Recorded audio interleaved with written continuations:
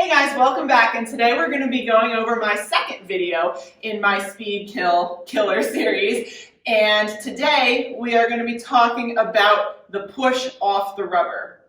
One of the biggest things that I see in especially very young pitchers, but also pitchers who have never done things like strength training or learned the correct mechanics from the beginning and have, structural weaknesses in the glutes and the core, I see them doing what I call stepping or walking off the rubber as opposed to pushing and driving off the rubber.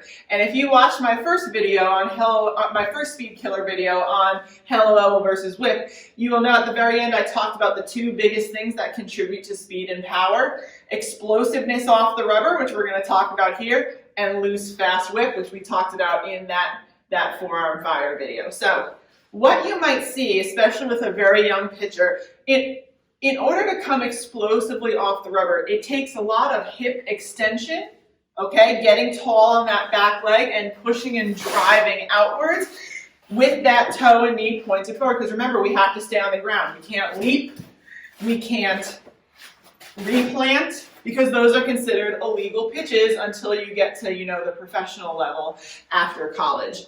But even still, leaving the ground like that takes away from your power. So what I typically see is from especially younger pitchers who don't have that strength in their hips, their glutes, their core, their legs to explode outwards off the rubber, is they will do more of what looks like a reach with their back leg to create their stride, and maybe their upper body will go forward too, instead of feeling the push and drive coming from that right foot and getting that hip extension going forward so that they get tall. So what you might see is a young pitcher go into her pre-motion and then she'll go, okay? So that's kind of like reaching with your left foot to try and create your stride. But you can see what that also does to my posture if I do that. So if I reach with this left foot and just kind of step off the rubber and my back foot really hasn't gone anywhere yet, I'm bent, my upper body is forward. We're going to get to why postural issues kill your speed in a later video. And now the only thing I can do to get my drive through is use my upper body to get it through. And I'm going to break down my throw zone. I'm going to lose command and I'm going to lose speed.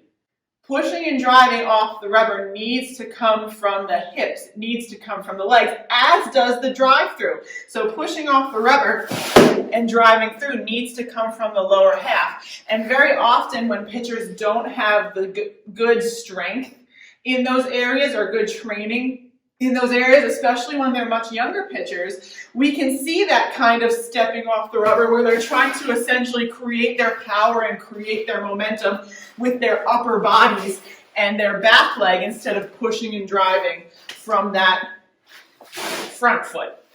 So this is probably one of the biggest contributors, and we see this too. I just want to say, it's not just in young girls. I've seen much older pitchers who, if they haven't done strength and conditioning yet, or they haven't been taught the correct mechanics, stepping and walking off that rubber as well. And even if, they manage to throw a certain speed, they are leaving out a tremendous amount of power if they're just stepping or walking off the rubber instead of pushing and driving. This is why from a very young age, and it's hard, it's definitely a hard thing to learn, but this is why from a very young age, I like to start teaching my girls what it feels like to extend off the rubber and really feel what it feels like to push and drive from that right foot instead of reaching with the back foot and using the upper body to gain momentum.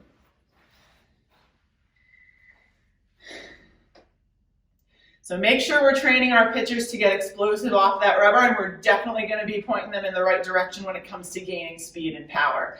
This has been my second Speed Killer video. Be on the look for a couple more coming out soon, and I'll talk to you next time.